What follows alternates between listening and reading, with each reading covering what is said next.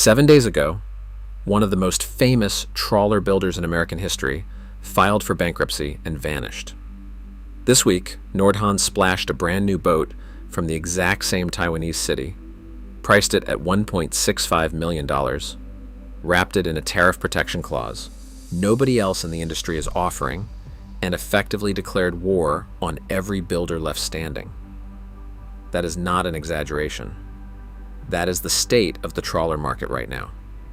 And if you own a trawler, want to buy one, or have a deposit sitting with any builder today, this might be the most important video you watch all year, because by the end of this, you are going to understand something the boating press completely missed. This is not really a story about a new boat. It is a story about why Nordhavn keeps winning while 50-year-old legends collapse. And the answer has almost nothing to do with the boats themselves. Hold that thought. Let me set the scene, because the timing here borders on cinematic. On July 6th, 2026, Kadey-Krogen Yachts, a company that had been designing and selling bluewater passagemakers since 1977, filed for voluntary Chapter 7 bankruptcy in Delaware federal court. Not Chapter 11, where a company reorganizes and keeps operating. Chapter 7, liquidation. A court-appointed trustee takes the keys, sells everything, and the company ceases to exist. Their parent company, KKY Holdings, filed the same day. American Tug, the Washington state builder Kadey-Krogen had acquired back in 2023, filed right alongside them. 3 companies, 1 signature, and an entire corner of the trawler world gone in a single court filing. And here is where it gets genuinely shocking. The court documents show Kadey-Krogen pulled in roughly $14.9 million in gross revenue in 2024. In 2025, that dropped to about $10.1 million. And in 2026, through the date of the filing, do you know what the revenue was? $43,000. Not $4 million. Not $400,000. $43,000. A collapse in orders of more than 90% in under 2 years. The filing showed no cash on hand and a literal zero balance in the company bank account. This was not a slow fade. This was a cliff. Now hold that image in your head, because 2 weeks before that filing, on a Wednesday morning at the South Coast factory in Kaohsiung, Taiwan, Nordhavn launched hull number 1 of its brand new 46 Mark II. Same city where Kadey-Krogen's boats were built.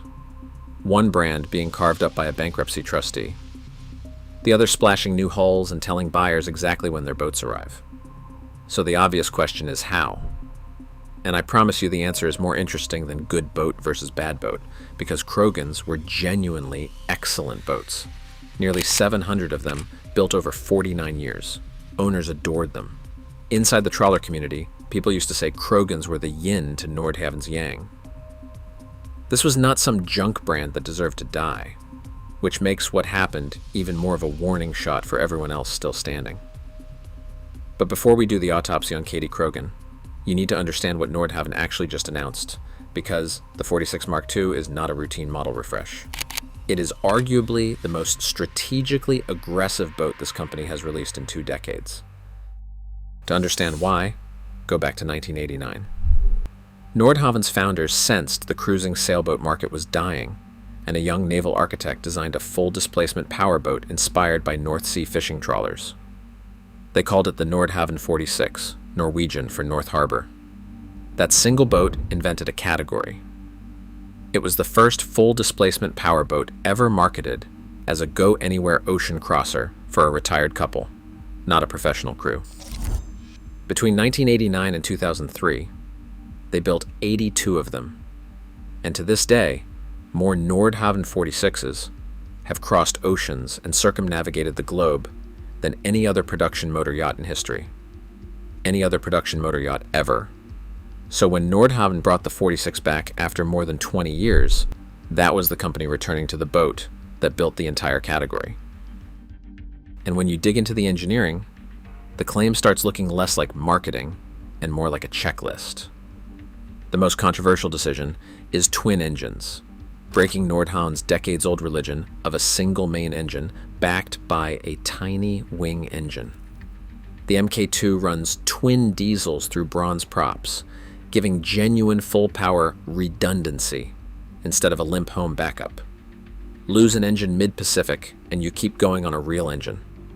Then there's the number most people scrolled right past. The new boat is only 6 inches longer overall, but its waterline is more than 6 feet longer. For a full-displacement hull, waterline length is destiny.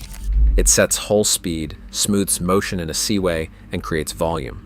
Same footprint, but it hydrodynamically behaves like a full-size class bigger. Of course, progress came with a casualty. The iconic Portuguese bridge is gone, traded for interior volume. Traditionalists are grieving it.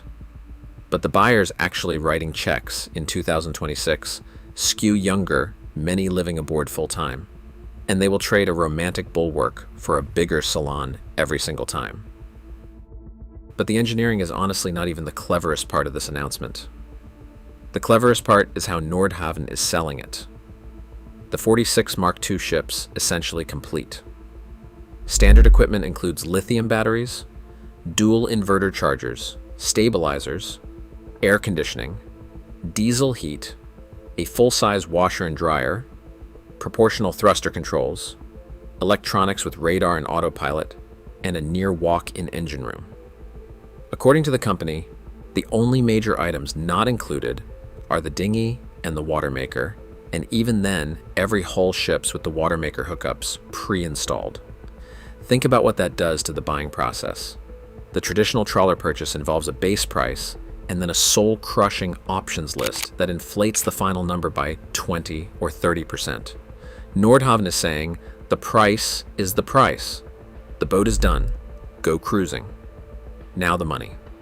The first 5 hulls of the 46 Mark II are being offered at an introductory price of $1.65 million, and Nordhavn has already said the price goes up, starting with hull 6.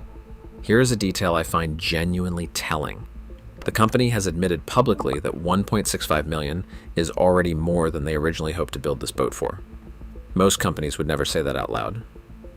Nordhavn says it almost casually because their buyers already know the punchline.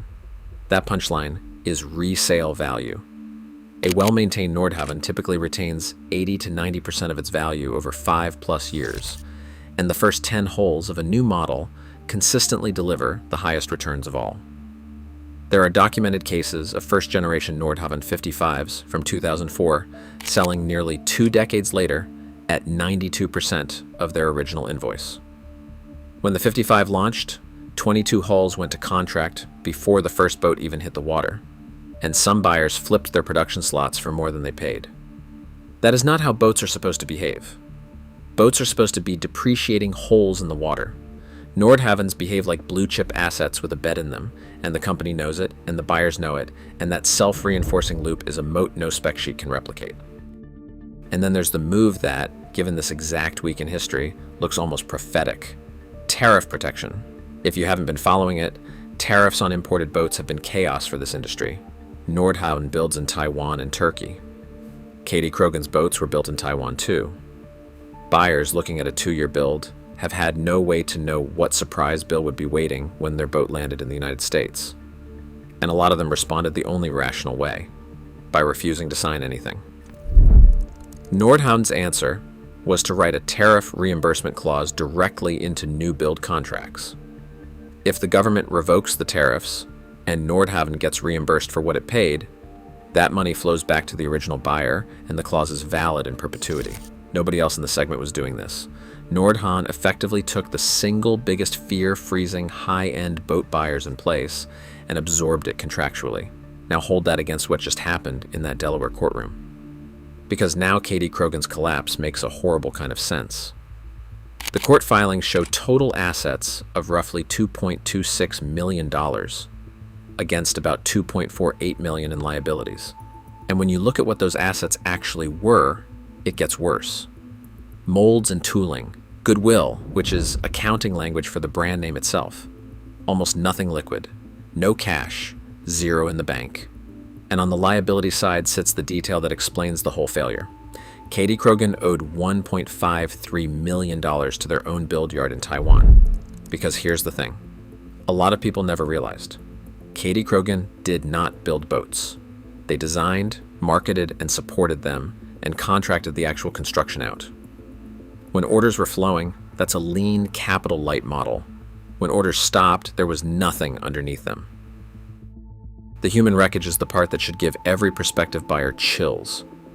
One couple had paid roughly 40% of the price on a 3-year build. They found out the company was gone by phone call, days after receiving cheerful emails about faucet finishes for their salon. They are now unsecured creditors, standing in line behind lawyers and lenders. So let's finally close the loop I opened at the top.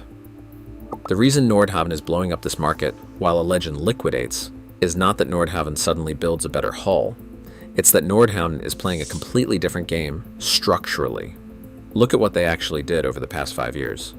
While the segment was wobbling, they moved their smaller models to batch production, building boats like the 41, the 51, and now the 46 MK2 in efficient runs with a locked, complete specification, which slashes build complexity and keeps pricing survivable. They kept deep, decades-long relationships with their own production facilities in Taiwan and Turkey instead of renting capacity. They put the tariff risk on their own books, so the buyer never had to price in the unknown. They protected resale value so relentlessly that buying an early hull is treated as an investment rather than a gamble, which means every new model launch comes preloaded with a waiting list. And they built a community so strong it functions as a marketing department they don't have to pay for. Nordhavn's fleet has logged more than 8.7 million nautical miles through its distance pennant program.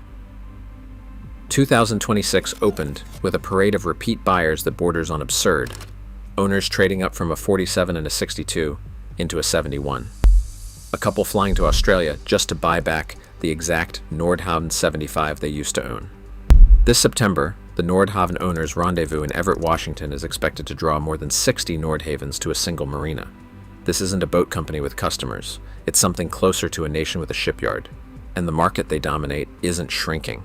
Analysts value the recreational trawler market at around $3.5 billion in 2025, projected to grow to nearly $5.9 billion by 2034. Kadey-Krogen didn't die because demand for Passagemakers disappeared. It died because demand consolidated around the builder that had removed every reason to hesitate. The 46 MK2 at $1.65 million is Nordhavn planting its flag squarely in the price territory where Krogen used to live. The first hull of the 46 MK2 is in the water right now, shipping to California within weeks. Its owners will be anchored in Mexico, while Kadey-Krogen's molds are being auctioned off by a trustee. And the conditions that killed a 49-year-old icon in 18 months have not gone anywhere. Every builder in this segment that doesn't own its production, can't absorb tariff risk, and can't protect resale value is now operating on borrowed time. So tell me in the comments, if you have a deposit down somewhere, where do you land? Subscribe, because I'm tracking exactly who's next.